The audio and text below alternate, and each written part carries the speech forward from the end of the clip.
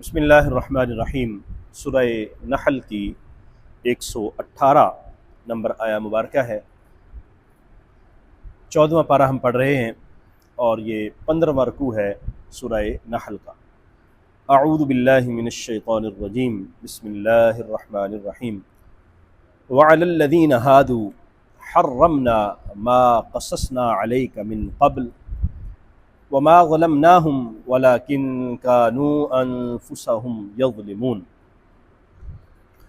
ہم پڑھ رہے ہیں کہ اللہ تبارک و تعالی نے ہمارے لیے بہت تھوڑی چیزیں ہیں جو حرام فرمائی، زیادہ چیزیں ہیں جن کو اللہ تبارک و تعالی نے ہمارے لیے حلال رکھا، ہمارے استعمال کے لیے، ہمارے کھانے کے لیے۔ تو وہ جو تھوڑی چیزیں ہیں ہم ان سے اجتناب کرنے کی کوشش کریں، اور جو حلال، طیب اور پاکیزہ چیزیں ہیں ہم انہیں استعمال کریں۔ فرمایا جو یہودی تھے اللہ تبارک و تعالی نے ان پر بھی تھوڑی سی چیزیں ہی حرام فرمائی تھیں، لیکن انہوں نے اپنی مرضی سے بہت ساری چیزیں اپنے لیے خود حرام کر لیں۔ اور یہاں بیان کیا گیا ہے کہ یہ ہم سورہ انعام کے اندر یہ پڑھ آئے ہیں کہ اللہ تبارک و تعالی نے وہاں ذکر فرمایا تھا کہ ہم نے ان کے اوپر ناخنوں والی چیزوں کو حرام فرمایا۔ انہوں نے اپنی مرضی سے اپنے اوپر چیزوں کو حرام کیا اور پھر ان کے لیے بعد میں مشکلات بنی، پریشانیاں بنی، اور پھر اس وجہ سے کہ انہوں نے اللہ تعالیٰ کی نافرمانیاں کی، اللہ کے وعدوں کو توڑا، تو پھر اللہ تعالیٰ نے اور بہت ساری چیزیں جو حلال تھیں ان کو بھی حرام فرما دیا۔ تو ہمیں یہ بتایا گیا کہ تم نے ایسا نہیں کرنا جیسے یہود نے کیا، تم نے ان لوگوں کی طرح نہیں ہونا۔ وعلی الذین ہادوا، اور وہ جو یہودی تھے ان پر حرمنا، ہم نے حرام کر دیا، ما قصصنا علیک، جو ہم نے آپ پر بیان کیا ہے، من قبل، اس سے پہلے، یعنی اس سے پہلے ہم نے آپ کے لیے بیان کرے۔ سورہ انعام میں ہم نے اس کو تفصیل سے پڑھا ہے، تو فرمایا وہاں یہ ذکر ہو گیا تو ہم اس کو بیان کر دیا ہے، اور جو ان کے اوپر ہم نے چیزیں حرام کی تھی۔ وما ظلمناہم، ہم نے ان پر ظلم نہیں کیا، ولکن کانوا انفسہم یظلمون، بلکہ انہوں نے اپنی جانوں پر خود ظلم کیا، وہ خود اپنے اوپر ظلم کرتے تھے۔ تو اللہ تبارک و تعالی نے پھر اسی طرح اپنی رسی کو کھینچ لیا، اور پھر ان کے لیے مشکلات اور سختیاں بڑھ گئی۔ ثم ان ربک للذین عملوا السوء، پھر آپ کا رب ان لوگوں کے لیے، عامل السوء، جنہوں نے برے عمل کیے، بجہالۃ، نہ واقفیت سے، لا علمی سے، نہ دانی سے، ثم تابوا من بعد ذلک، پھر انہوں نے توبہ کر لی اس کے بعد، واصلحوا، اور اپنی اصلاح کر لی، ان ربک، بے شک آپ کا رب، من بعدها، اس کے بعد یعنی اس نادانی کے بعد، آپ کا رب لغفور رحیم، بہت زیادہ یقینی طور پر بخشنے والا اور رحم فرمانے والا ہے۔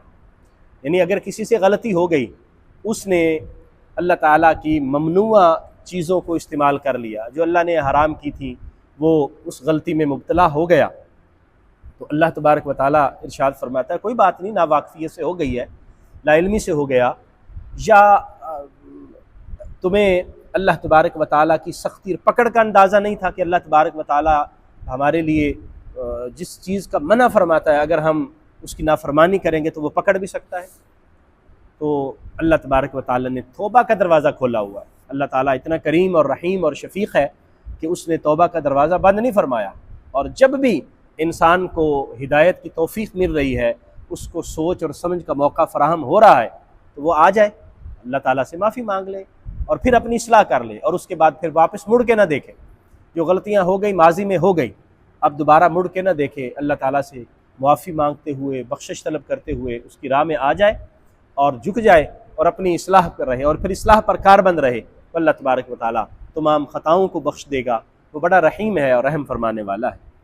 ان ابراہیم کان امۃ، حضرت ابراہیم کا ذکر قرآن مجید میں بہت زیادہ اللہ تبارک و تعالیٰ نے فرمایا، اور حضرت ابراہیم علیہ السلام کی بہت زیادہ تعریف و ثناء اللہ نے خود ارشاد فرمایا، کیونکہ انہوں نے اللہ تعالیٰ کی بہت زیادہ فرما برداری کی، جو بھی اللہ تعالیٰ نے ان پر آزمائشیں، امتحانات نازل کیے، جس بھی امتحان میں ان کو ڈالا وہ اس میں پورے اترے۔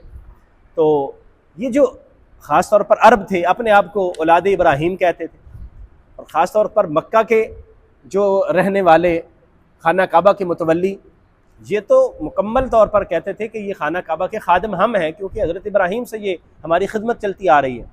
تو ان کو سمجھایا گیا کہ حضرت ابراہیم علیہ السلام تو اللہ کے بڑے فرما بردار تھے، وہ تو یکسو تھے اور وہ ہر باطل سے کٹے ہوئے راست بات تھے۔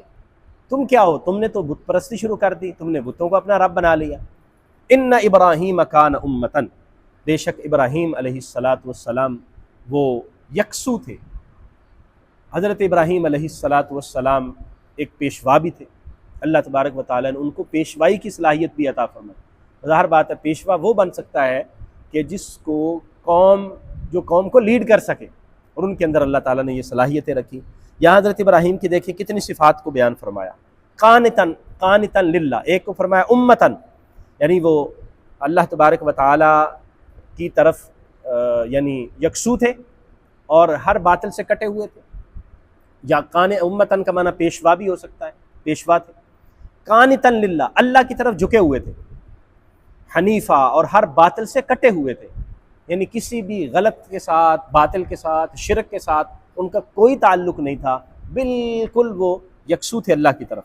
ولم یک من المشرکین، اور وہ شرک کرنے والے نہیں تھے۔ شاکرا لانعمی، اللہ تعالیٰ کی نعمتوں کا شکر کرنے والے تھے۔ اجتباہ، اللہ تعالیٰ نے پھر انہیں منتخب کر لیا، چن لیا۔ وہداہ، اور انہیں رہنمائی فرمائی، الی صراط مستقیم، درست رستے کی طرف۔ اللہ تبارک و تعالیٰ نے ان کی درست رستے کی طرف رہنمائی فرمائی۔ وآتیناہ فی الدنیا حسنہ، اور ہم نے دنیا میں بھی ان کو بھلائی عطا فرمائی۔ وإنہ فی الآخرۃ لمن الصالحین، اور وہ آخرت میں بھی صالحین میں سے ہوں گے، نیک لوگوں میں سے ہوں گے۔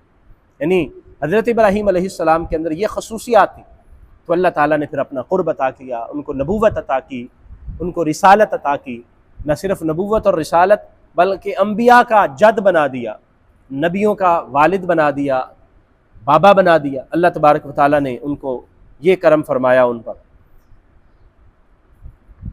ثم اوحینا الیک، پھر ہم نے آپ کی طرف بھی یہ وحی کی ہے، ان اتبع ملت ابراہیم حنیفہ، کہ آپ بھی اتباع کریں حضرت ابراہیم کی ملت کی، حنیفہ، جو اللہ تبارک و تعالیٰ کے ساتھ جڑے ہوئے، یعنی ہر باطل سے کٹے ہوئے تھے۔ وما کان من المشرکین، اور وہ شرک کرنے والوں میں سے نہیں تھے۔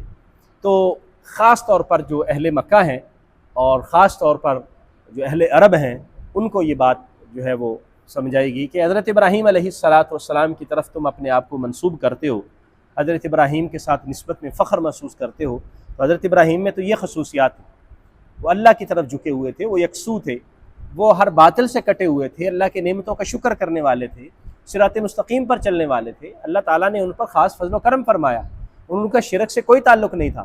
پھر تمہارے اندر بھی یہ خصوصیات ہونی چاہیے۔ اور نبی کریم صلی اللہ علیہ وسلم کو فرمایا گیا، محبوب آپ جو حضرت ابراہیم علیہ السلام کی تعلیمات ہیں، آپ بھی ان کو فالو کریں، ان کی پیروی کریں، اور جو آپ کے ماننے والے ہیں ان کو بھی یہی درس دیں، کیونکہ حضرت ابراہیم علیہ السلام کی جو کوالٹیز ہیں وہ ایک فرما بردار بندے کے اندر ہوتی ہیں، اور فرما بردار بندہ وہی ہوتا ہے جس کے اندر یہ خصوصیات ہوتی ہیں۔ اللہ تبارک و تعالی ہمیں عمل کی توفیق عطا فرمائے۔ آمین، وآخر دعوانا ان الحمد للہ رب العالمین۔